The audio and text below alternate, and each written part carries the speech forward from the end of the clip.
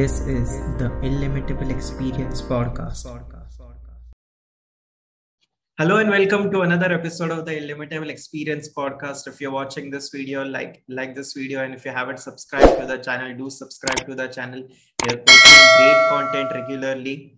With that, today we have as our guest Aashutosh Singal, who has been, a multi-talented person, I would say.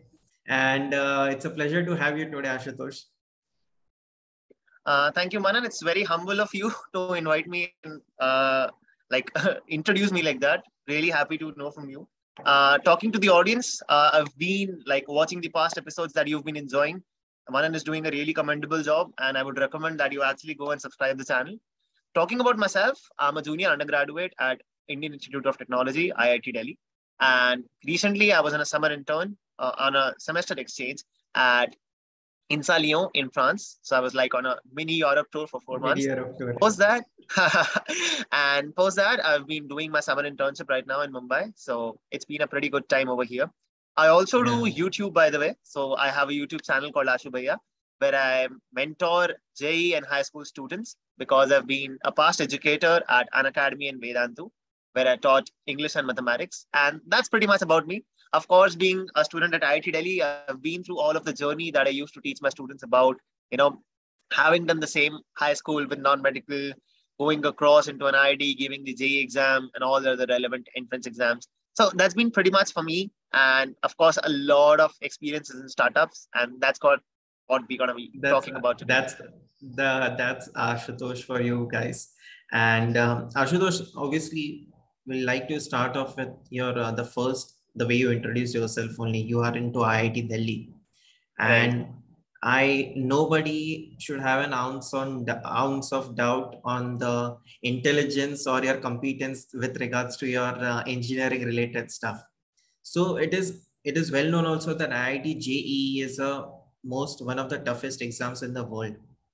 So how did you, out of all lakhs of students that appear in that exam, manage to crack and get a rank at somewhat 3,100, if I'm not wrong, around that rank? So how did you manage to crack such a difficult exam? So I believe it's not just the end result that was, the main target behind all of this. To be honest, while I started my preparation back in 2016, when I was in grade 10, but at that point of time, I didn't really think of getting into IIT. I thought that I'll get into engineering, but that was not the part of the process at all. What was going for me all around throughout was that I initially wanted to be a commerce student. So if I break out the secret to you, it was that I always wanted to be a commerce student. But later I realized that even if I like money and economics, and that's where I should pivot out my career into, the educational system that we are over here in India, if you really want to be a commerce student, you either have to become a CA after doing a BCom, but the point is, all in all, it totally depends upon your CBSE score, which I believe is partially opaque and totally depends upon the mindset of the teacher who's taking your exam. So I was like, probably I don't want to go something into which is having a more concrete background and has more time investment of me in the 11th and 12th, which are like the fundamental years of shaping your career. So I believe that in grade 10, when I started out, I thought that maybe I should take some coaching and check where do I stand on a national level. That's where I joined Alan Chandigarh in the north, you must be knowing. So it's a pretty good institute. So I joined there, and there's an exam called the NTSE, National Talent Search Examination. So I thought that I'll join Alan and I'll prepare for NTSE because it's a good exam that happens for grade 10 students all around the country. And you get to gauge if you're one amongst those national scholars or not. This exam is usually held for grade 9 and grade 10 students. So, for the syllabus of grade 9 and 10 and for the people appearing in grade 10. So ideally, you do 2 years of preparation, just like in JEE. So it's like a mini JEE thing. And it's like teachers say that if you qualify across this, there's a high chance that you'll get across JEE or NEET or whatever you want to do in your life. Because it's like being amongst the top 1,000 students of the country at the level of grade 10 when everybody is just doing the boards is like across 2 rounds of exams. That's how NTSE is done. Is a good stepping stone for your career. So I thought maybe let's give it a try and then see how things go out. So since I joined coaching in grade 10, I already took up the challenge on me that I'm not taking that up in grade 9. And it's like you got to study for 2 years all throughout from a coaching perspective for 1 year. And let's take the challenge. things fell in place. I did get across. Stage 1 was from Haryana, and Haryana is a pretty competitive state to get in through NTSA because it's just like 80 seats over there, and you have the competitive cities of Faridabad and Gurgaon. I'm not sure if you know the northern demographics of the country, but these are like. I am aware of the places that you're talking about, but I've never been there personally. I get it. So it's like those are pretty competitive places because they were in the proximity of Delhi, like almost Delhi NCR. So it's very hard to get across, but I thought that maybe let's give it a try. Things fell in place. I got across level 1, and then I thought that yes, okay, I can confide in myself and get across the route of J. Slowly and gradually, of course, through a lot of ups and downs, a sine curve. I fell ill at a times. My batch was improved. I was promoted to the top batch. Sometimes was moved to the second batch. So there's a lot of struggle that J students go around. And the journey finally of getting into something good began in January 2019. Yeah. So in my case, it was the first year in which JEE mains was being held for 2 times. It was the first time, and the concept of a common exam was eliminated. A permanent online board was inaugurated, and the concept of percentile was introduced. So we've had this thing for CAT, but we've never had this thing for JEE. That's when this was introduced. And usually the timeline is like people appear for the boards in March, they appear for JEE mains in April, and they go for advanced in May. So it's like a tight packed schedule after March. In our case, they told that you can appear for mains in January itself. So it's like, okay, good. You can actually get done with JEE mains first, do away with the boards, and then focus totally on JEE advanced. So for the unversed, JEE mains is an exam that helps you get across all the engineering schools of the country. So it's like the primary amalgamated entrance exam, so as to eliminate you to eliminate the choice of having to give 20 different exams, just one that decides everything for you. So that's called JEE mains. And JEE advanced is the exam which uses JEE mains as a qualifying criteria that, okay, fine, you're amongst the top 250,000 people of those ones qualifying from JEE mains. JEE mains is usually appeared by 1.2, 1.3 million people, of which the top quartile is ideally picked up for giving JEE advanced.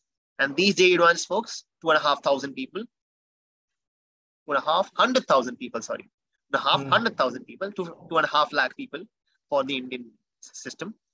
These 2.5 lakh people appear for this exam, in which top 10,000 people usually get into IIT if they really want to, because these are 10,000, 12,000 seats in IITs for general category students. So it's like, okay, fine. It's a lot of filtering. If you get done with JEE mains in January, it's going to be pretty fine. So I put all my guns so as to get across JEE mains. Along the journey for 2017 and 18, I passed through certain Olympiads, like the Regional Mathematics Olympiad, NTSA, of course, a few of national Olympiads. But these are stepping stones in a career that tell you that, okay, right, you're on the good track towards JEE. And it also comforts your teachers that, yeah, the student's going to do well. You can invest more of your time on this. So that's how it happens. And JEE mains 1, 2019 January, I was pretty anxious that this is going to be the first time 8 different shifts on an exam, percentile, and everybody's going to give different exams, but later it's going to be collated onto a standardized percentile list. And when you get your final rank, it's like, okay, fine, a completely new system, never given an online exam before of this sorts. Let's try and do it. Luckily I did, and I got 99.81 percentile in that across 8.5 lakh people. So I was pretty assured, okay, fine, that's going to help you at least get a good college, if not an IIT, and you can spend some time around for boards and the other mains and advanced. So it's like, okay, fine, this can be done. And that's when probably I cut a bit of breaks on myself, and I was like, okay, go with the flow, do something for college, because I mean the process is so competitive that you get really exhausted a lot. As I look back, sometimes I think that maybe I could have studied even more, but that's how things were. You could have studied even more, I was saying. I mean, that's how things are. Wow. So, when you're walking me through this entire process of getting into IITs, now I am not aware of the exact details, I mean, in the depth of the entire process, but I am aware of the terms that we use, like Olympiad, and in 9th and 10th, we have to appear for these exams. Reason being, when I was in school, Yeah. Even we had IIT aspirants, and they would Right. slog their, slog themselves out completely right from 8th grade. Ki, Acha, mere ko Olympiad karna hai, I have to give this test to qualify for this and that and everything. And I could see the pressure. I mean, not a pressure, but they would voluntarily do it. Okay, it's not that Yeah. somebody asked them to do it. And True. that's quite inspiring as well, that people at the age of how old is someone when somebody is in ninth, 13th or 14th, 13. 13. around Yeah. that 13. age. Yeah, that people are so sure of what they want to do in life कि मुझे IIT ही जाना है करके. But we had some really good students who would, even the teachers from school expected that they would get into IIT someday, but unfortunately that did not happen. And but a few of them did really well for their master's program. And all these exams would even enable you to get you some scholarships as well, the exams that you put in 9th and 10th. Right. And since you are from north, I guess Alan is more prominent in the north, but in Mumbai Right. it was always IIT and PACE, and people would just run to that place like mad when then मेरे को IIT PACE में ही जाना है करके. So like quite fascinating to know, at the same time intimidating कि how can somebody at the age of 13 know so much of what they want to do in their entire life. um, Talking about our interest in economics and finance, I guess it has become a commonplace now that a lot of engineers are getting into finance and fintech. I don't know what really fascinates them to change their stream completely, because right now, if I'm not wrong, you're pursuing chemical engineering. Correct. Right. So people who I have seen get into finance from engineering are usually computer science students Okay. or IT and mechanical. And this is somewhat the pattern, but this is the first time that I'm coming across a chemical engineering student who wants to get into finance. That is really interesting to know. And then the question pops is, wow, what fascinates you about finance that you want to, move into finance from chemical engineering? Because as far as I know, chemical engineering is also a solid field. So if I really tell you the details about it, I wasn't really admitted into IIT with a chemical engineering like tag on me. So I was admitted into production and industrial engineering. So long story cut short, once I had JEE mains, I got an rank of 2,400 something. And once I got across JEE advanced, I didn't really prepare a lot, but I was like, yes, I can try my best, because I was really exhausted by then that, okay, fine, I'll manage at some other college or something of that sort. But I did give JEE advanced. I sat for it.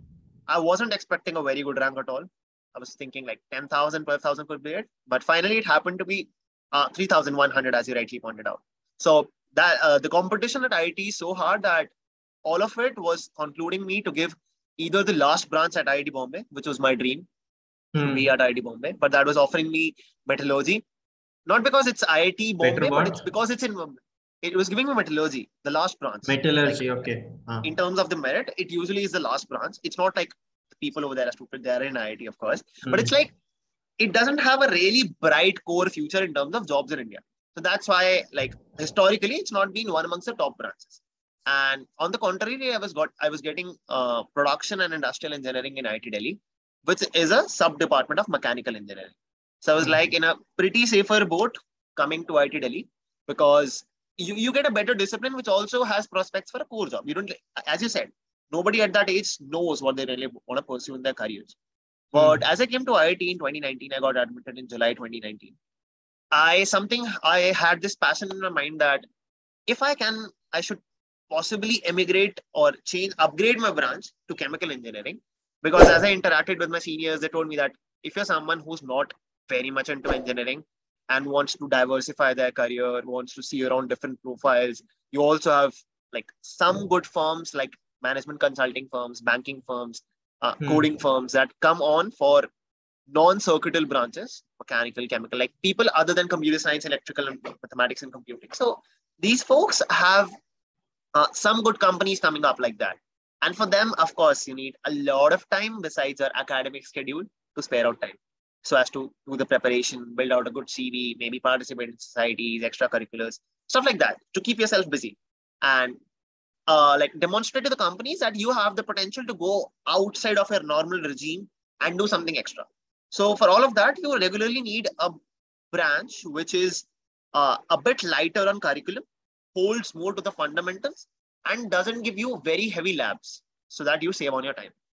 As I went to IIT Delhi, I interacted with the seniors and they told me that chemical engineering at IIT Delhi is one of those branches which not only has a bright core because you have HUL, ITC, Piramal, all those big conglomerates, the big FMCGs visiting you on campus, but also they have a manageable curriculum. And if you look about any big festival happening around the campus or any good thing, or even if you talk about the alumni base, the best lot of extracurricular blight folks are either from mechanical or chemical. So like I'm already from mechanical. Let's go to chemical because it's going to give me a lighter lab curriculum. It was sad that things somehow fell into the traps of COVID. That I was 8 months into college and March 2020, it was all over. And I was still in my first year. And college was completely dark for 5 months when I thought that I still have the ability in me to go outside my regular schedule and try out different things because the college is not really responding on how things are going to be. And it was a completely dark phase for the whole world, the new normal. So I thought, let's get into startups. And that's where the whole of the journey began. Yeah. It resumed. College began for like in August and something. The first year was just concluded in a month. I upgraded to chemical engineering. I was lucky. I was like amongst the top 4 folks amongst the batch of 85 people. We'll get to that. We'll get to that. So now now I'm curious to know that after you have entered IIT Delhi, right, which is like which I wouldn't say certifies, it gives you a badge that you're one of the most intelligent person in the country. When you entered IIT and when you saw your folks like your peers or your seniors and the juniors currently, how competitive they are. Okay, how does that make you feel after you enter IIT, or like is it a dark phase where you are like self-doubting yourself that acha, there are more intelligent people around, what should I do, or are people supporting and they encourage you to get into the right direction? So first of all, I have a slight disagreement with the fact that if you get into IIT, you're one amongst the most intelligent people. I don't really think that's the fact. It's just that probably you were able to do well on an academically heavy exam that made you go through certain routes of physics, chemistry, and mathematics. But if that's not somebody's niche, that doesn't really discount them to be not intelligent. So you could say that maybe these folks are good at physics, chemistry, and maths, so maybe they're good at logic.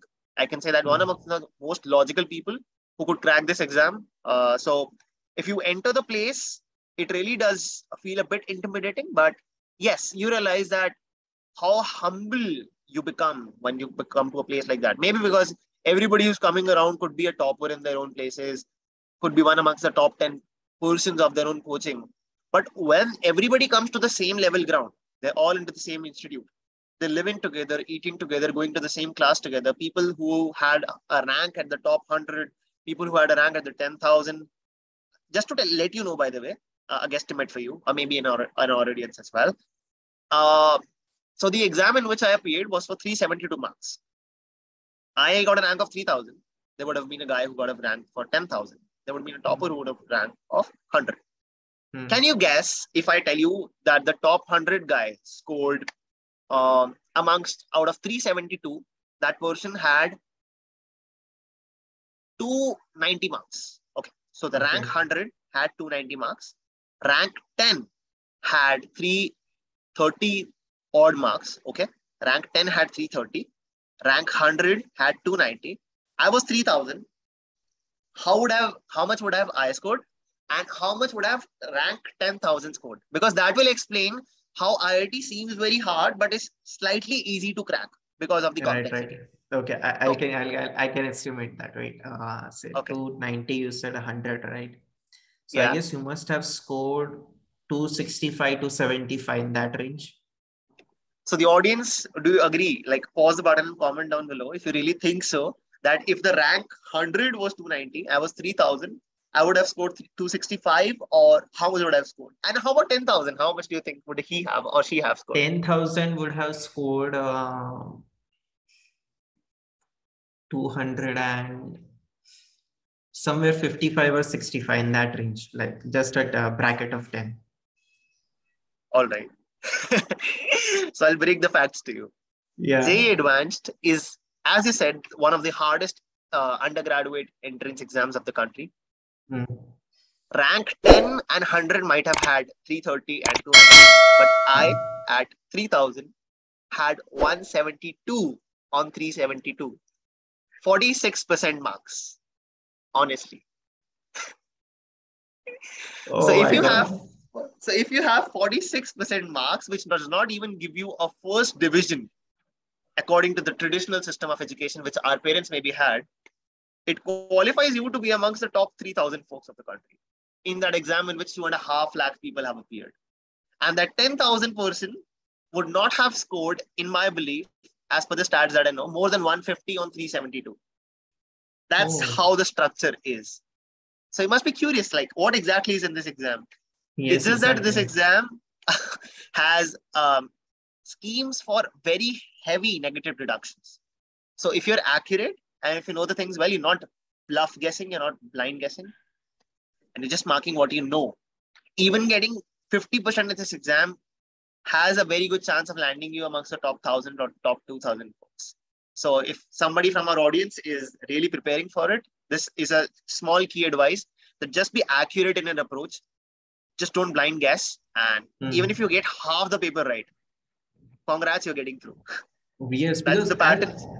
I guess this is a change in pattern that has changed the results. Because back in when my peers were appearing for the exam, it was +4 for correct answer and -5 for the wrong answer.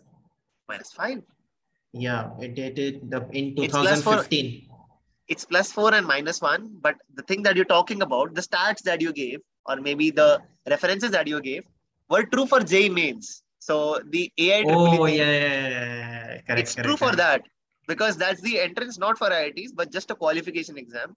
So in that case, correct. it's like a wider spectrum of people. It's simply Hmm. objective, no multi-pattern things. But in JEE Advanced, you have multiple correct exams. You have numerical integers. You have a lot of variety of questions, and that is why even scoring 50% becomes a very big hassle. Got it. Right. And No, when you get to no. the same level playing field in IIT, coming back to your question, Yeah. everybody really now knows that if all of the people almost have had similar struggles. So there are a lot of anecdotes to share. They have Hmm. missed out somehow on a bigger portion of their social life. So that's what they reconstruct together. Friendships made are mostly for life. And if that's all done in hostel, it's a totally different hostel life Totally from different. that of the the coaching preparation days.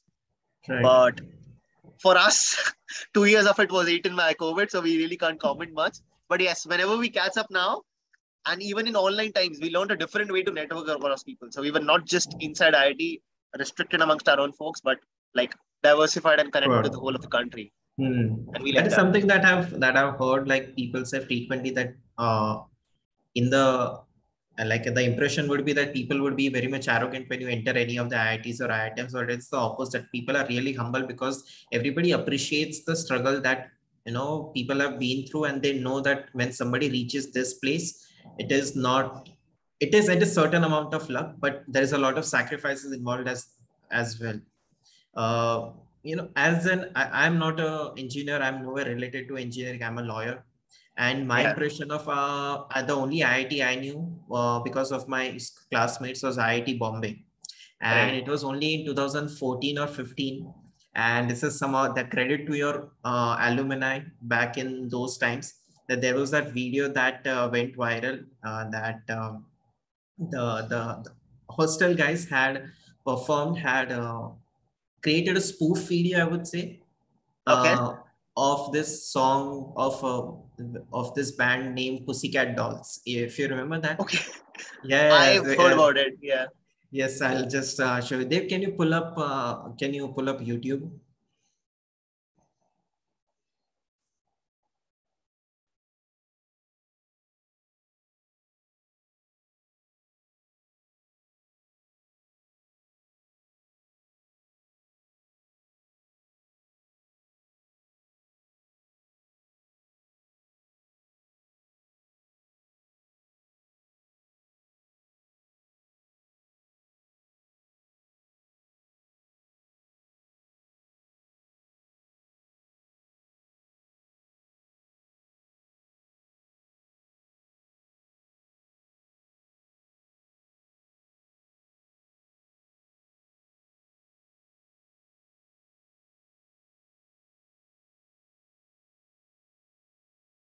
something that we were shown when I was in 11th or 12th, and I was like, oh, this is really funny, and people at IIT at Delhi are really very cool. So that is how I know about IIT. That's the first impression that I always get when somebody tells me that they are from IIT Delhi. And yeah, that's about it. So yeah, I mean, it's because the college has a lot of cultural things. And this thing, as you saw the title over there, it mentioned house day. So house day is something which happens at the end of the fourth year, somewhere around the last week of April or something of that sorts, where uh, all of the graduating batch is given a farewell by rest of the houses. I mean, the rest of the house members. So how the hostel system of IIT Delhi is different from the other IITs is that everybody uh, is allocated a hostel and they live in that hostel for all throughout their graduation. So they become a part of that hostel family. So every hostel or every residence or every house has people from all the years, first year, second year, third year, fourth year, and maybe has some PG or MTech students as well. That's totally up to their culture. But for the UG students, it's not like you'll be changing buildings every year. You'll be into one building for the whole 4 year. And that has a different touch amongst the alumni as well. So this house day thing is an event of celebration where you have a lot of cultural things happening. Because of this hostel culture, the institute has various societies as across like any college, but the ones at IIT Delhi are pretty competitive. I've been a dance representative for my own, for my own hostel. I did dramatics at the institute level as well. So there are many things like happen like dance, dramatics, music. I can tell you 10, 13 different societies of that sorts. Photography and filming club, quizzing, literary club, and all of that sorts. People pursue them so professionally and so well that at times you even doubt if they really qualified the JEE to reach at this level and then do another passion at that very proficiency. But that's how things are. So these competitions across the institute are fought at a hostel level, that every hostel is preparing their own team and sending it across. So at the end of the 4 years, you have a very diverse skill set amongst all the students because they have done something or the other for their hostel at the institute level. And that is when all these people pay tribute to the graduating batch as the ones who were their seniors and they taught them a lot. It's like every second year is teaching their first year a lot, third year to second year. So there's a lot of knowledge transfer and this is consistent all throughout the alumni. So the best thing that you get at IIT, rather than the academic curriculum, as you said, is more of the alumni touch and the friendships that you make, which last all throughout. That's how it is. Now, again, talking about IIT Delhi, now in the recent times, one of your alumni has gotten famous, like really famous. And when he talked about this exchange program that when he was in IIT Delhi, I'm talking about Ashneer Grover, obviously. I know. And yeah. he talked about that he was into the same exchange program that took him to France. And yesterday, when we were talking about the same thing, that also you are also the same student that has been to France. Yep. That is something I was like, oh, so it's like a mini Ashneer coming to, or a future Ashneer coming to the podcast, but a different version of him, I would say. So how was your, like, what is the process of this exchange program? Because I think it is only 4 students get selected out of 400. And what is the process and how has your experience been visiting the European countries? Like, have you visited any European countries before this, first of all? Yeah, right. So just to add a mini fact that can even startle you even more. Ashneer sir was a student of IIT Delhi. Fine. Same thing as me. The exchange university, as you said, was located in France pretty well. The university was also the same, by the way. So he went to INSA Lyon and so did I. So it was even more like hitting me at the back that, oh, there's something spectacular happening in life right now. Maybe this is something that we could be there. So yeah, totally inspired by the way he has like made that company so big. And of course, people from my uni have done even bigger things. So a lot to learn. And especially about the exchange program, this is something which IIT Delhi has been having since 20, 30 years. So this university that I went to, INSA Lyon, I'm really very grateful for them that they've had this association with IIT Delhi since long. The special feature or the exclusive scholarship that they give for IIT Delhi students as a matter of respect or, this harmonious relationship is that the accommodation and in the earlier times, even fooding for these 4 students was used to be free. So all you have to do is just pay for your travel and your food or maybe your own things that you want to do, shopping, stuff like that. but your accommodation is free. You don't have to pay any fee because you just pay IIT Delhi for the regular semester fee. So that really separates you out from the whole of the crowd, which is even fighting for an admit because IIT Delhi nominates you. So it's not like IIT Delhi nominates everybody. So I'll come to that part later. But it's like, I'm really very grateful to that university through this podcast that it was really a nice time being there. And I would definitely recommend all my juniors to try out that. The next folks who are going over there, I was one amongst the most big patronage people to recommend students to go to that university, because coming to France is a totally different experience.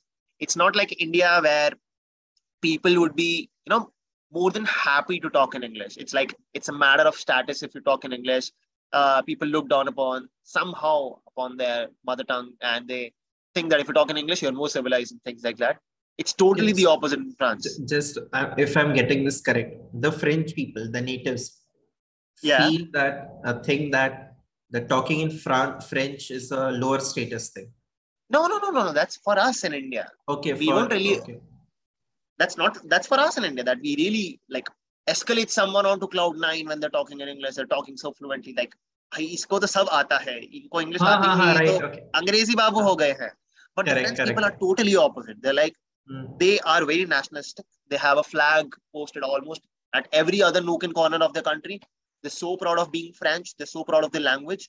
Going to such a country where everybody is not very comfortable in their own language really pulls you out of your comfort zone. But the students at INSA Lyon were very accommodating and very warm and welcoming. Even the faculty, that they held exams for us in English. They held special sessions for us in English, and they tried their every best so as to ensure that we were feeling comfortable while coming from a non-French place. So first of all, vote of thanks to them. And coming back to you, how the exchange program really goes around at IIT Delhi. So it's slightly different across various IITs, but IIT Delhi and IIT Bombay have a very strong connection across the world. Just one question before you continue. Does all IIT have a fixed exchange program with a certain university in a foreign country? So it's like all IITs have different sets of MOUs, memorandums of understandings, across various universities around the world for different purposes. Be it for academic research exchange, be it for PhDs, that it is possible that they would be having certain PhD exchanges or certain PhD researches, certain joint projects, but that is not something for UG students. The most exciting thing for UG students across the MOUs that IITs have signed is that of exchange program. And generally, the classic IITs, the top 7, the oldest 7 IITs, have had a lot of connections all throughout the world. So the ones that I know the most about are IIT Delhi and Bombay. The striking difference between IIT Delhi and Bombay is that the exchange in IIT Delhi usually happens in the pre-final year, and the one at Bombay happens in the final year. Why? I'll come back to it later. But the procedure is like, in the second year, once you are in the month of January or something like that, once you're through the third semester, the application for exchange semester opens up, because the college realizes that you've been 3 semesters into the college. You know how the academics are running. You have been somehow exposed to the extracurriculars and the positions of responsibility, and you've somehow started honing your career. So if you're really interested towards going to an exchange, this is the right time to start. So that's when they invite your applications. You write your statement of purposes. You show around your academic integrity. You show around your extracurriculars, your positions of responsibility. And all throughout, across 1,000 people, around 400 or 500 are eligible to nominate themselves, because they have a CGPA criteria of 8, because they want a student not to underperform while being in a foreign university, but they put just the cutoff at 8, and then they let you fill the form and everything. This is screened, and there's the first round of screening, post which half the people are eliminated and 200 are processed through to the next round, in which they make you fill 20 big Google form questions. I mean, it's up to them. Back in the offline times, it used to be on a written form submitted within 3-4 days, in which it is nothing about academics. It's totally about your personality, and questions as simple as that, what's a favorite sports person? If you're given a chance to meet somebody, who would it be? What's a favorite sweet? How do you think your department can aid you in this foreign exchange? How do you think you can add value to your institute in terms of getting across what makes you special. I mean, the regular interview thing like that. Right. But there are also very non-trivial questions that you might think hold no value, but they find certain meaning because they want to see how good of an ambassador could you be about the country and how well do you know not just yourself, your college, your department, but also your society, the language, the culture that you belong to. Because all in all, you're one of the ambassadors in an informal position instead of Correct. a diplomat. So that's how Yeah. they do the second round of screening. Yeah. So while filling these forms, right, which is Yeah. not the personal forms, Yeah. when you say that who's your favorite personality or who would you like to meet, so the Yeah. answers usually that is expected to be given has to be related to French people only, or you can be anything. Like if I know I want to get selected for this program, it would always be I want to meet I want to meet Zidane. My favorite footballer is Zidane. My favorite sweet dish is macaroons. So ऐसा कुछ होता है या you can write your true self. You have to be your true self because if you're lying somewhere, they'll catch you across. The third round is of interviews. So this form does not really go into vain, right? Oh, okay. They're pretty smarter than you because they'll know that if you want to crack this exam, we'll cook up stories. But to validate that up, they usually hold a third round of interviews after this scanning is done of 200 people, to which they boil down to 100. And these 100 people are interviews across different sets of professors panel, right? So different panels are held in which there are different professors, usually of humanities department, because they have this expertise of knowing around students, Knowing the who people. can, of knowing the people, gauging their interests, stuff like that, and also the HODs and people from the alumni relations and international programs. So all in all, they they finalize a list of 35-40 people whom they nominate across different partner universities, be it INSA Lyon, INSA Toulouse, or IMT Atlantic in France. They have exchange in Canada, Waterloo, like it's amongst the top QS 100 rankings. You have Simon Fraser University, you have Loughborough University and Newcastle in UK.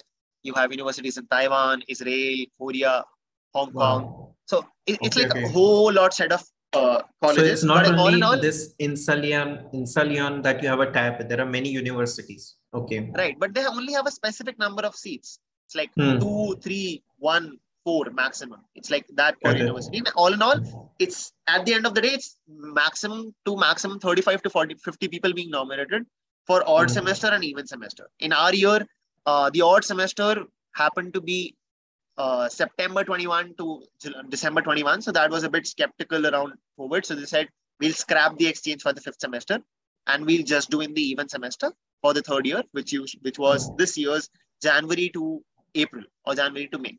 So that's when I got a chance to go to INSA Lyon.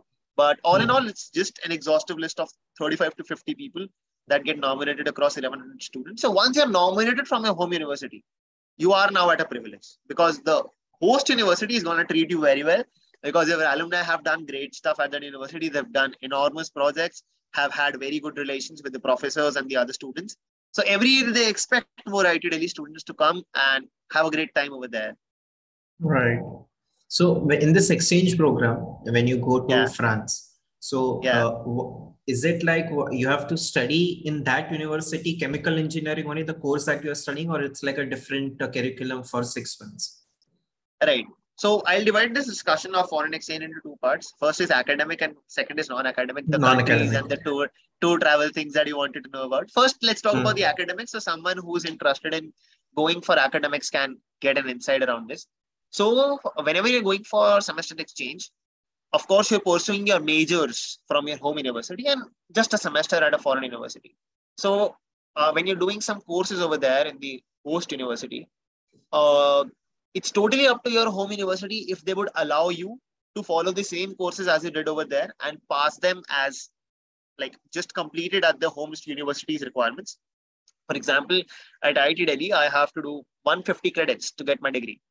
A credit, the credit-based system that every semester you do 19, 20, 25 credits, and across the 8 semesters, you do certain number of credits and you get your degree passed. So I had to do certain number of credits from IIT Delhi. And IIT Delhi is a bit more stringent in this approach that they say that if you're going for a foreign exchange, we would allow you to do any electives, be it humanities electives, department electives, or open electives. But the fundamental courses required for you to complete your degree and like let anyone know that you have been qualified a chemical engineer by IIT Delhi, so as to hold the legitimacy of your chemical engineering knowledge. The compulsory courses or the core courses are not allowed to be considered as equivalent if you do it abroad. So basically, you're not allowed to get them passed if you're doing it from abroad. I'll give you an example. For example, if this course like heat transfer, mass transfer, something which has been labeled as essential by IIT Delhi for a person to be qualified a chemical engineer, like a core course for his academic curricula, they will not be allowed to do that on a semester exchange. So ideally, you're not very skeptical about choosing the same department as your home university at a foreign university. And ideally, it also happens that you generally don't get them. So in my case, I'm doing chemical engineering from my home university, IIT Delhi. But at INSA Lyon, my host university, they didn't really have any department of chemical engineering at all because the curriculum is slightly different across the world. So what would I do? Correct. I'll pick a very similar department. For example, there were two departments which were very close to my initial one.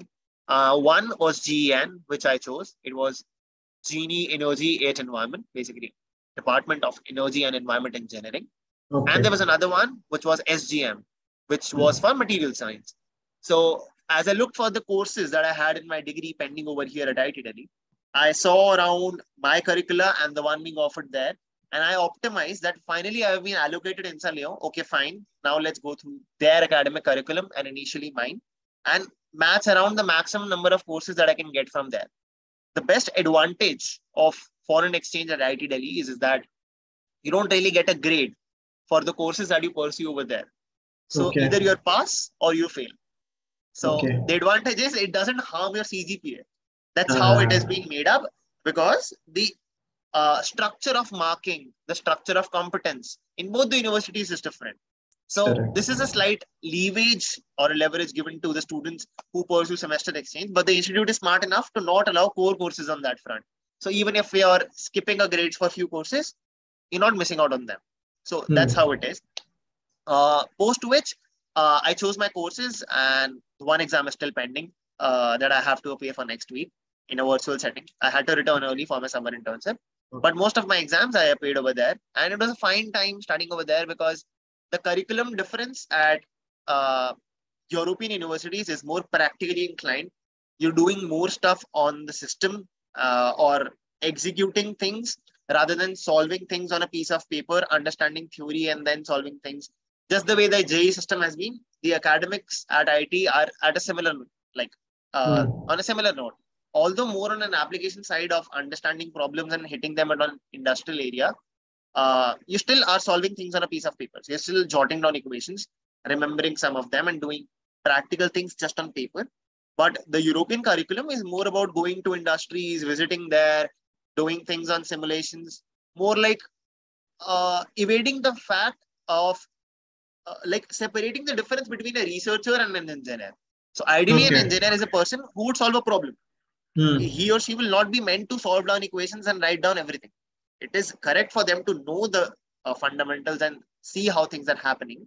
But for evaluation, the Europeans would focus more on you knowing how to tweak around problems if you get stuck. So they prepare you in a better way for the industry, is what I would say. And somehow they have more industry-related internships as a part of their curriculum. So this is where they're slightly ahead of us. But in terms of job placements, internship placements, and things like getting you to the industry directly, it's IITs where they hold an edge because they have companies associated with them coming annually for jobs and things like that, which is not a culture at all in Europe. So every student has to go about job hunting, internship hunting on their own. So IIT has this advantage, which I would definitely award them and would be really glad and thankful to them for that. But yes, that's how the academic structure at both the places were different. Any follow-up questions on that before we go around the trips and you said that you will get back to this question where you explain that why in IIT Delhi the exchange program takes place in the third year, whereas in IIT Bombay it takes place in the last year. Correct. So since we have talked about the whole of the structural difference and how the courses are passed, if you think, if you're going in the third year And like IITs are at least similar on this front, that they would not allow core courses to be passed at a foreign university. So same thing happens at IIT Bombay as well. If you're doing it at IIT Delhi and you're doing it in the third year, somehow some course that you did from a foreign university, even if an elective, got juggled up. So you have the final year to cater through that thing and cover up for that course, and your degree does not get extended. But in case of IIT Bombay, it's happening in the final year. And fortunately or unfortunately, you don't go in the 7th semester, but in the 8th semester, like the last year of undergrad. So now you're stuck, just in case a course gets stuck.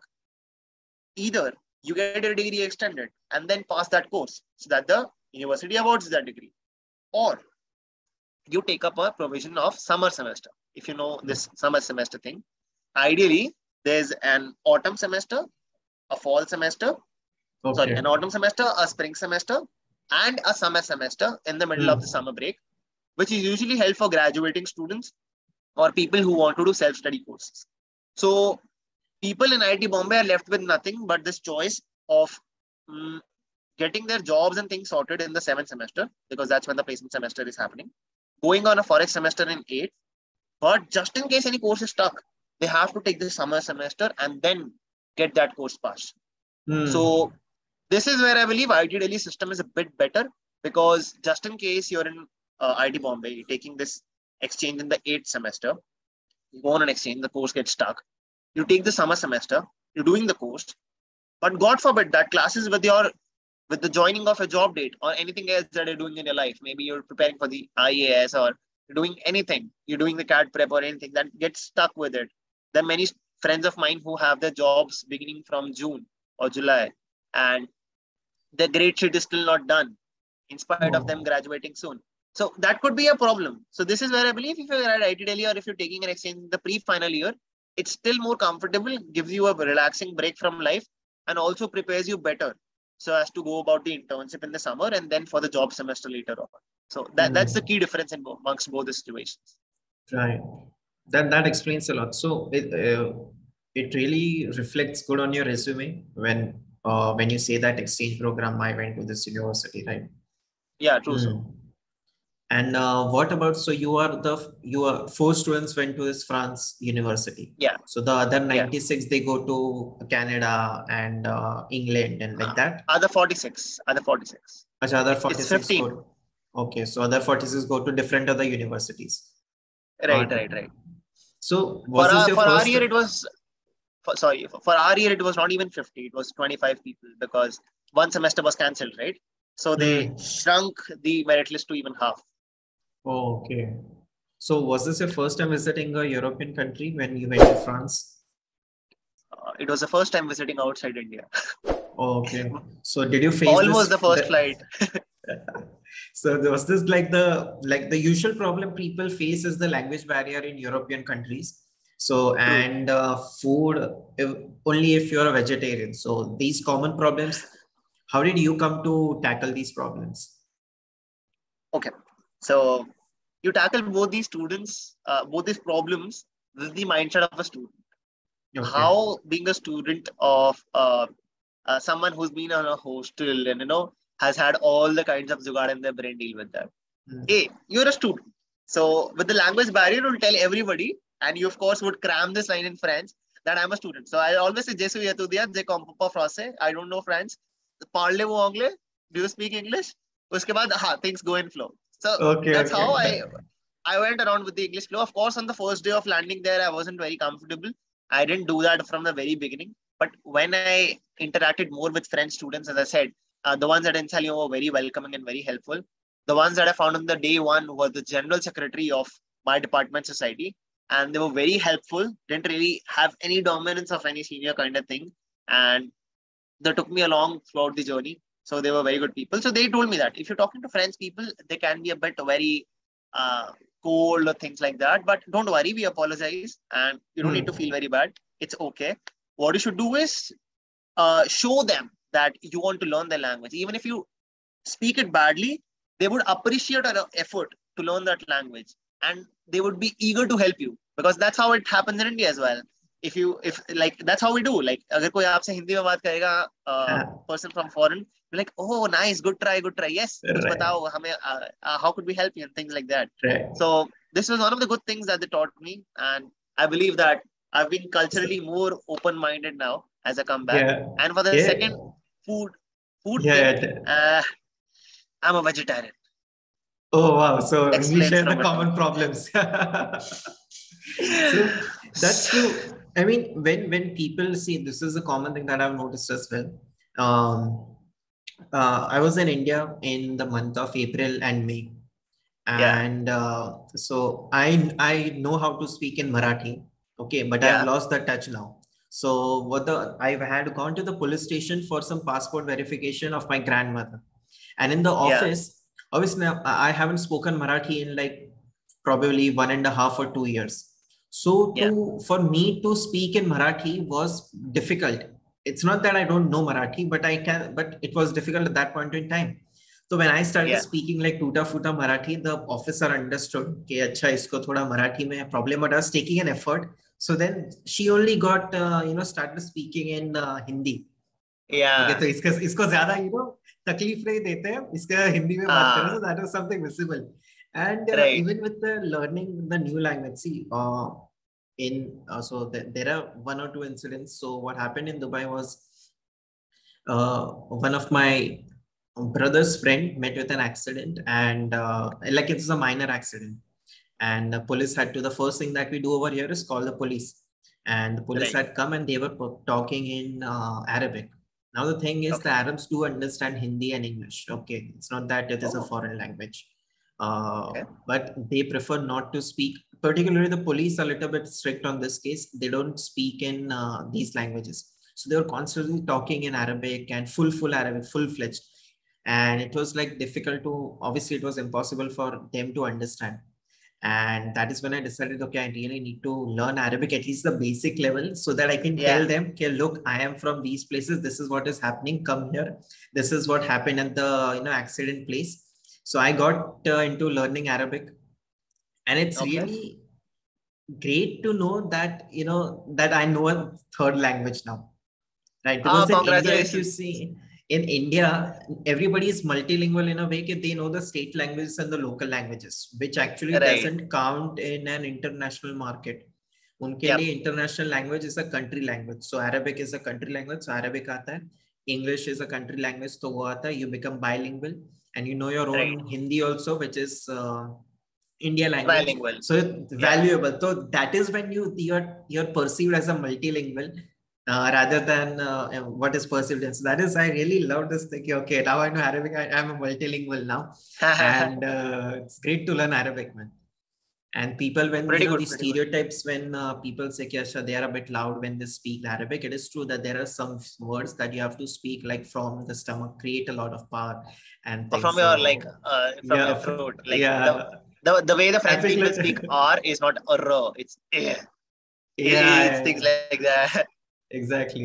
So that was really great to learn. Now, Aashutosh, apart from your curriculum and everything, your own experiences in this exchange program, Yeah. I was going through a LinkedIn profile yesterday. Okay. And I was really surprised to know कि यार तूने इतने सारे, you have like nearly 25 experiences in an experience column. तो मैं first में जाके देख लिया कि भाई ये बंदा कर क्या रहा है, कि क्या क्या एक्सपीरियंस है इसके, you have been some coordinator, you have been done some marketing stuff, you have been some MESCA related stuff, everything you have done. And I was like, okay, now obviously there are a lot of things and we won't be able to talk about everything right away, but Right. something that I'm curious to know is your experiences with the EdTech. Now it's like well known that in India has a really great EdTech space, and just recently, like last week only, the physics Valla has became Correct. the 101st unicorn of India. Unicorn of the country. Yeah. Yeah. So first of all, tell me a little bit about what is EdTech. Okay, how does that work? And just break it down. We'll go step by step. Just tell me the first thing. What is EdTech? So EdTech is a very trivial term as for like, if you talk about decrypting it further. Ed is an acronym for education.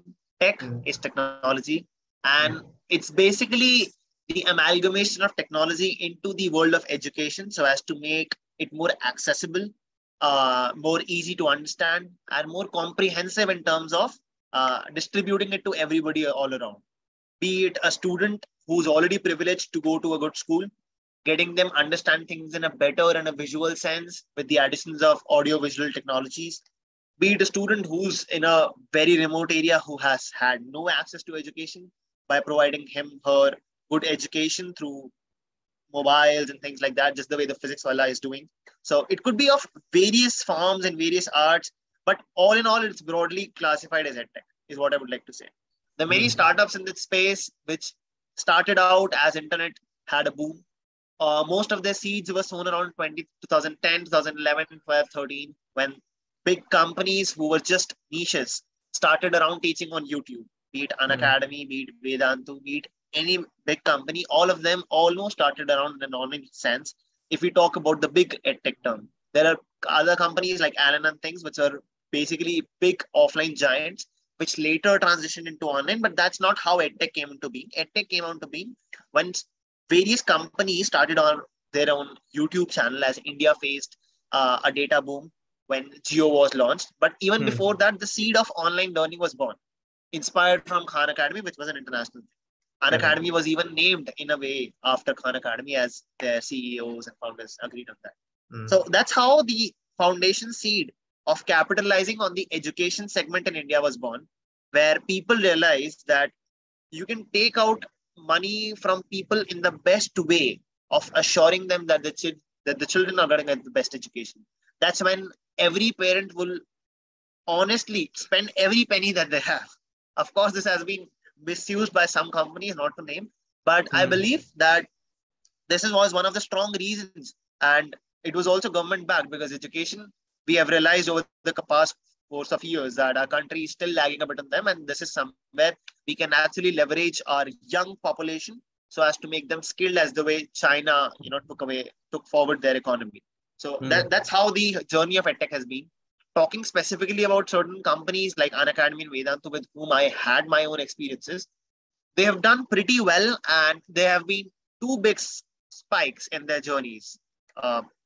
First of all, when data was given at a very cheap price, the market was disrupted by Jio when it came into being in 2016. It was the first time when everybody was buying Jio packs and cheap data, not only for fun, videos, movies, but also for education, because people realize this is an opportunity so as to get ahead of the competition and take the equal access to education if somebody else is providing it for free. And the second, of course, is very obviously the pandemic, where almost each of these companies, which really had like a quarter of their valuations, jump into the unicorn status. I think it's only Byju's which was a unicorn before the pandemic, but after the pandemic, we had 5 to 10 EdTech companies becoming unicorns. So this is something where they did a really commendable job, and they substituted for the lost school life that students had.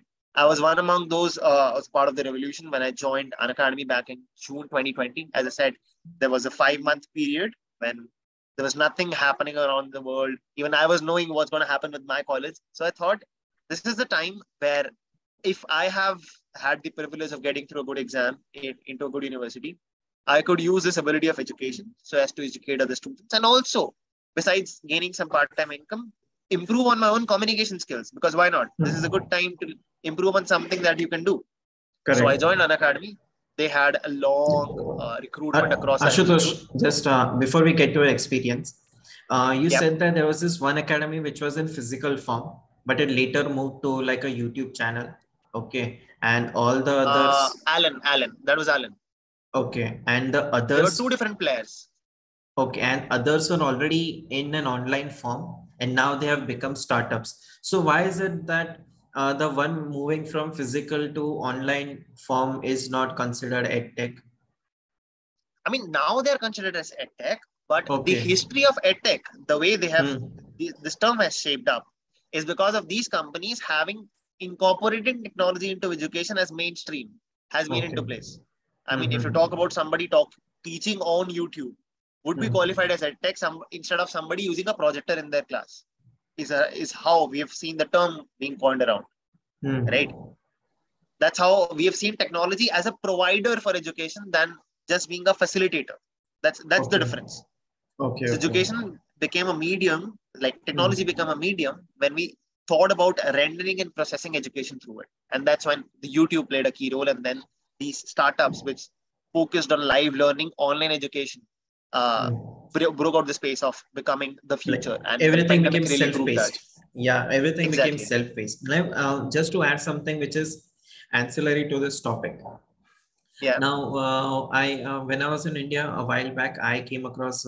I had met a psychologist who deals with learning disability people with students with Yeah. learning disabilities and ADHD and stuff like that. So it Right. is also advantageous for such students because what happens is when somebody is teaching them live, like a physical professor, it the problem itself is that they tend to zone out or lose focus when they are teaching. So it becomes really difficult for a student to understand the topic despite having the potential to learn the topic, right? And Right. when these things come into picture, like a self-paced thing, a student with a learning disability or such problem can easily learn everything at their own pace, at their own time, as per their own attention span, as per that they have, and they can live up to the full potential because Right. that is what the psychologist was telling me, that like she's in a quite a famous school over here in Mumbai, and she Okay. told me that she's the head of this department. Now it is like they have a department in school itself whose job is to diagnose if a child is facing difficulty learning, right? It's a very well reputed school. I don't want to name it right now. So Sure. their job itself is to see which student is facing difficulty in learning, or why are they facing, why is that a certain absurd behavior that a problem. So it's like a real problem. And with this, I think this will be overcome where students with learning disabilities and student not with normal, not with learning disabilities will be able to live to their full potential. True, true, true, true. And besides that, I mean, the thing that you're talking about, that is personalized learning and own learning paths. This was one of the initial stepping stones of EdTech. But today, as I talk about, it's gone to a very different level. I mean, not Hmm. just personalized courses or personalized assignments, but also personalized test banks, personalized, like totally up to your level of preparation. They'll give you direct estimates to what scores will you be getting, and that's how they uh, hone you step by step across level of difficulties, implementing all machine learning algorithms, introducing the concept of communities in between. I mean, I've done a lot of similar projects back there in Vedantu when I joined there after an academy, and not only Hmm. as a teacher, not only as a capacity of a teacher, but also as a consultant. So we really looked Hmm. into student learning journeys, and I was really like startled to see that how exactly are these companies focusing so much on a student's learning journey, trying their best to derive the most outcomes in the minimal investment possible, while also ensuring that all work and no play makes Jack a dull boy. So Yeah. they're trying all of the things so as to improve the quality of education and the concept of holistic things, the co-curricular education, the languages things that you're talking about. So they're trying to totally revamp the education that the country has had, breaking away the shackles from the traditional education system. Traditional And education. I Hmm. totally believe that Right. if this thing's going to stay, and with the introduction of the government's NEP, there's a very bright future ahead in terms of the future of the Right. students. Like, just in case Now, if they're not very distracted by other things and they really follow these things with true passion, they're really going to go miles ahead than us because they're getting much better things than us. right. So now you have worked with Vedantu and Unacademy. Yeah. And I saw that you were like a master tutor. That's the right Master term that teacher. they. That's the So, master teacher over there. acha, master teacher. So, Yeah. obviously, walk us through your experience. First, let's go with Unacademy. Okay. Right. And then we'll go to move to Vedantu. And why do they call you master teacher? All right. So let's talk about Unacademy first. So as I told Hmm. you, it was back in 2020 during the summers when the world was at a pause. The pandemic was recently introduced. So Unacademy floated around a form across all of the ITD community, and they had a very selective interview process across 5 or 7 rounds. I don't remember. It's pretty hard. They wanted to skim through whole of your personality, the whole of your experiences, your entire motivations, and your current skill set, your availability, and everything. So they grilled us a lot, and they finally picked two students. One was, taken up for JEE Mathematics and Science and Chemistry, and I found myself more comfortable interacting with high school students because they're more open to ideas. They have a more flexible curriculum. So I took up grade 9 and 10 and taught them NTSC Mathematics and English. So that was where my most of my forte lied. I had NT a what good time over maths? there. What did you say? NTSC NT what? Maths. NTSC Maths. Okay. I NTSC. told you, my journey also began with NTSC. So I think this is where I should connect the most with students with. So I taught them NTSC Mathematics, not only on Unacademy's platform, but also on their YouTube channel. So even if you look out today, my name and Unacademy, you'll be having the whole of the curriculum of grade 10 being taught in 2 months. So I took almost 2 to 3 hours of lectures every day for consistently 2 to 3 months. And we completed the whole of the curriculum of grade 10, for which students were a bit worried because they were lying midway of the boards being held or not. So I tried my best that I covered the whole of the curriculum for them. And just in case I have not been very through with the fundamentals, they're again very clear with it. So this stint with Unacademy ended in 2020's November, when I got a call from Vedantu. Being a Vedantu alum, by the way. So I was a Vedantu student during my JEE preparation, because towards the end, as I told you, that I got this 99.81 thing for the JEE Mains 1. That time I joined Vedantu because it was an EdTech. And EdTech was a thing which would help me get more experience with the online form of evaluations. It was the first time for me where I was appearing in an online exam. So I thought, why not get the experience first and be a total novice or total novice. For many people, they were even touching the mouse for the first time. Not for me, but appearing for an exam, it could be a different challenge altogether. So why take the risk and be a part of an EdTech?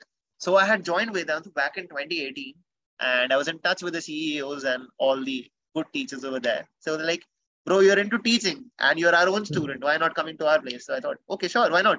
So I jumped off from Unacademy. My contract was anyways for 2 to 4 months. So it was expired. It was a smooth transition, no problem at all. I went to Vedantu. The concept of Vedantu, in terms of teachers, as you're curious about master teachers, is that there are certain teachers which take the classes. So that thing at Unacademy is called a plus educator.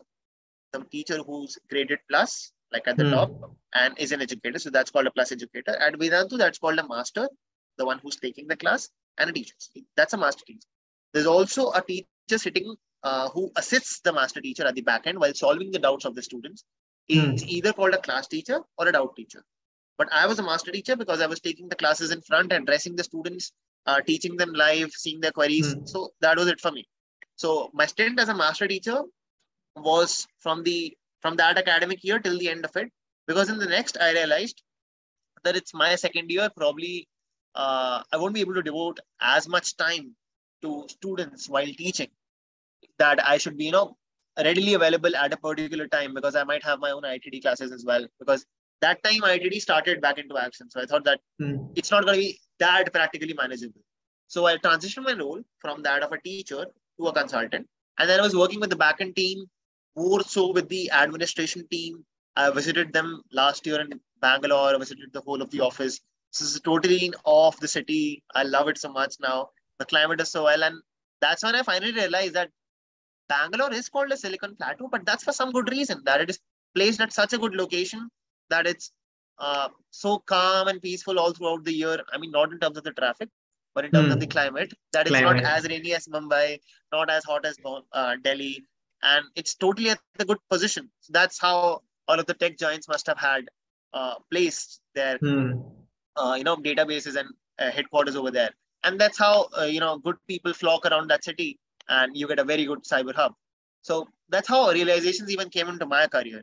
And this journey concluded in January because I had to go to France, and they wanted me to enjoy more on my exchange trip. I was rather more keen that no, I don't want this journey to end. I'm in so much love with the students and everything. But they said, maybe you should take a break, go around, enjoy your time, continue with the summer internship, and then just come back to us. There's no problem like that.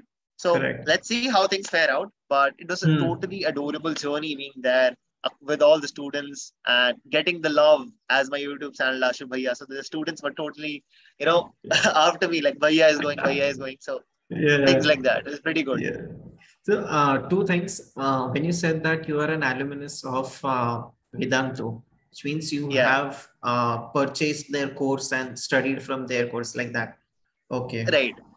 And my I second took the question. test series basically. Like I was an Acha. annual student for grade 12, but I Hmm. wasn't able to follow the online curriculum as such because I was also Hmm. following offline classes. But towards the end, I was just giving their tests because they were in online sense. And the best teachers, the CEOs, the ones who have had produced hundreds of top 100 ranks, were in direct touch with me. So there was no Wow. blinder to go with them and trust them for whatever they're Correct. telling me to do. Yeah, and my second question would be, when you say that you are a master tutor and master teacher, these two platforms. So Right. how is it that the recording of the lecture works now? Because I have two perceptions of this. Okay, Okay. the first is that you have already been given a curriculum, like let's say a next chapter, and you have to Okay. teach that chapter in the sequence, and it takes like 1.5 hours, and then they are recording you. Okay, and that is Okay. that video is uploaded on their platform like Unacademy or Vedantu. And the Right. second is that it is like a live lecture.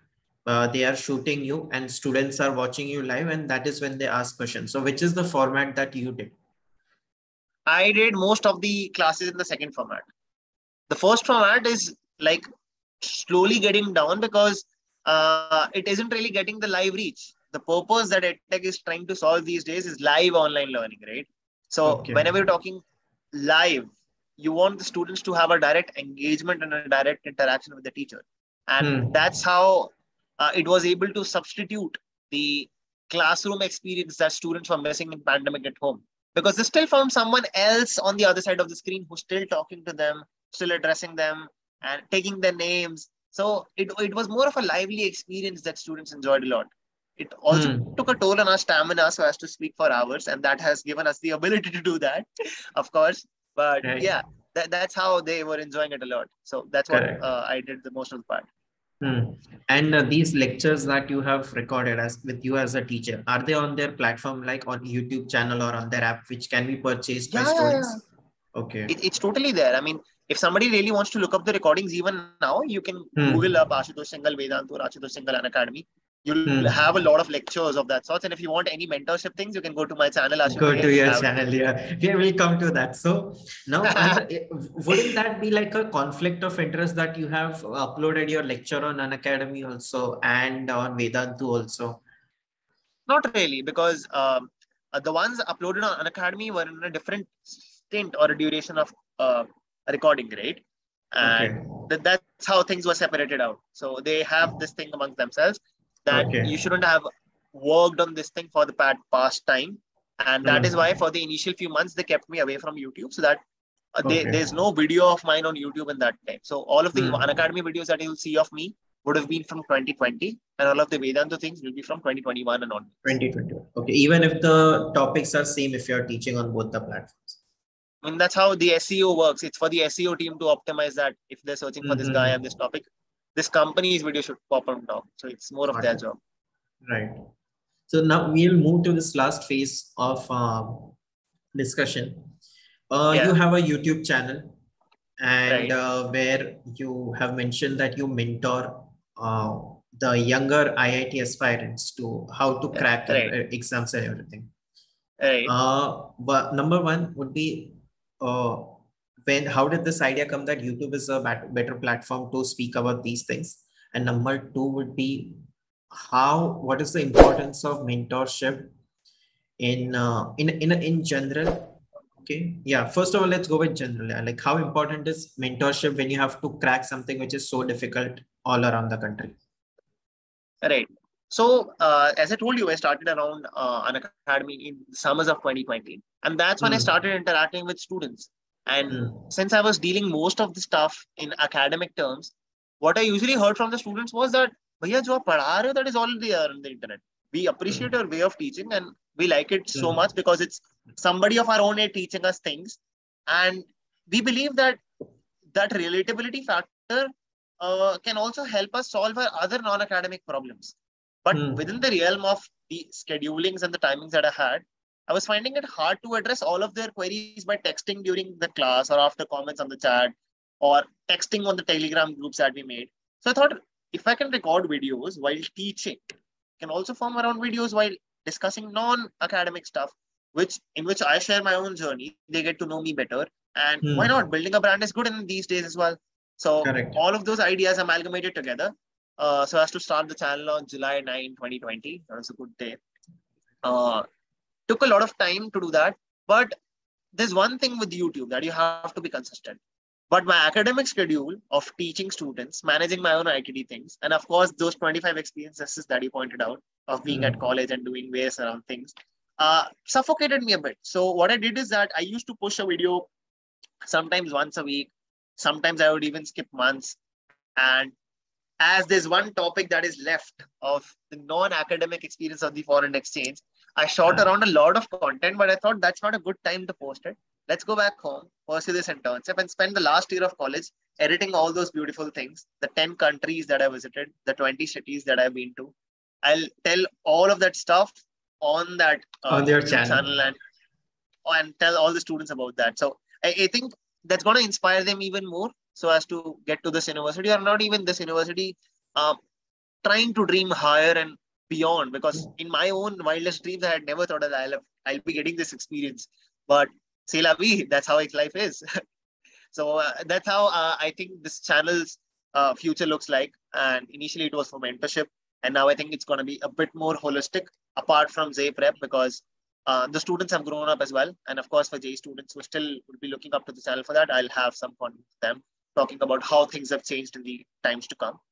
And coming to the importance of mentorship, this is something which has been very enormously helpful to me.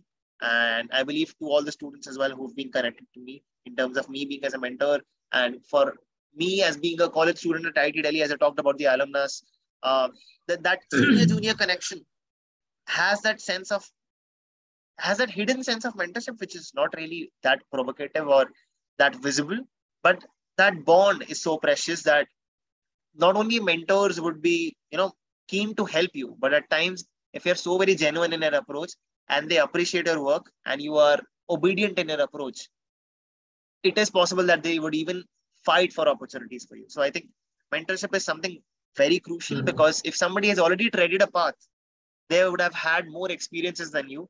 And it's never a bad idea to reach out to people and get those experiences, because nobody really is very bad, that they don't want to help you. But it's just that your way of approaching should be good. And people will be very kind to help, because everybody has had different mentors, different people who have helped them across their own journeys. If you would have, even if you talk about your own self, and even me, our first guests on our podcast would have been very kind people who trusted us with nothing. Correct. So somehow they are our mentors only, and they've been our good friends. So just in case if life gives us an opportunity to help them back, why would we not?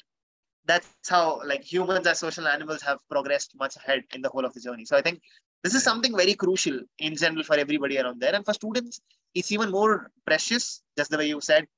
It's one of the hardest exams. And the truth is pretty well laid out there. That's only a small set of people who would get across. So how to do that, and how are the people who've already done it, been through that? What particular strategy did they take for that very exam, that very question, that very chapter? You have to go into the minute details of things. So who can be the best person who can tell you about it? First of all, a teacher who's been teaching thousands of students with that, but also a person who's lived through that journey and been through every part and parcel of it, seen every struggle, maybe in another fashion or in another form, but it's been the same thing for them. So it's always a good idea to be humble and to reach out to people and seek that guidance. And of course, remembering the fact that being as good as a senior as you would have wanted as a junior. So that's something very important that we should have remembered. Right. That does make sense. Now, if I have a personal curiosity to know this as well. When you mentor kids, who are IIT aspirants, obviously the benefit is to them. But has anyone been able to figure out that what is the benefit to the mentor, apart from the emotion that you get when a child clears or gets into IITs which you have mentored? Apart from that happiness, is there any other motive that a mentor can have, or it is the most selfless thing that a person can do to anyone? Like, this Well, is this a is a bit very philosophical question. That is why I wanted to know your take on this.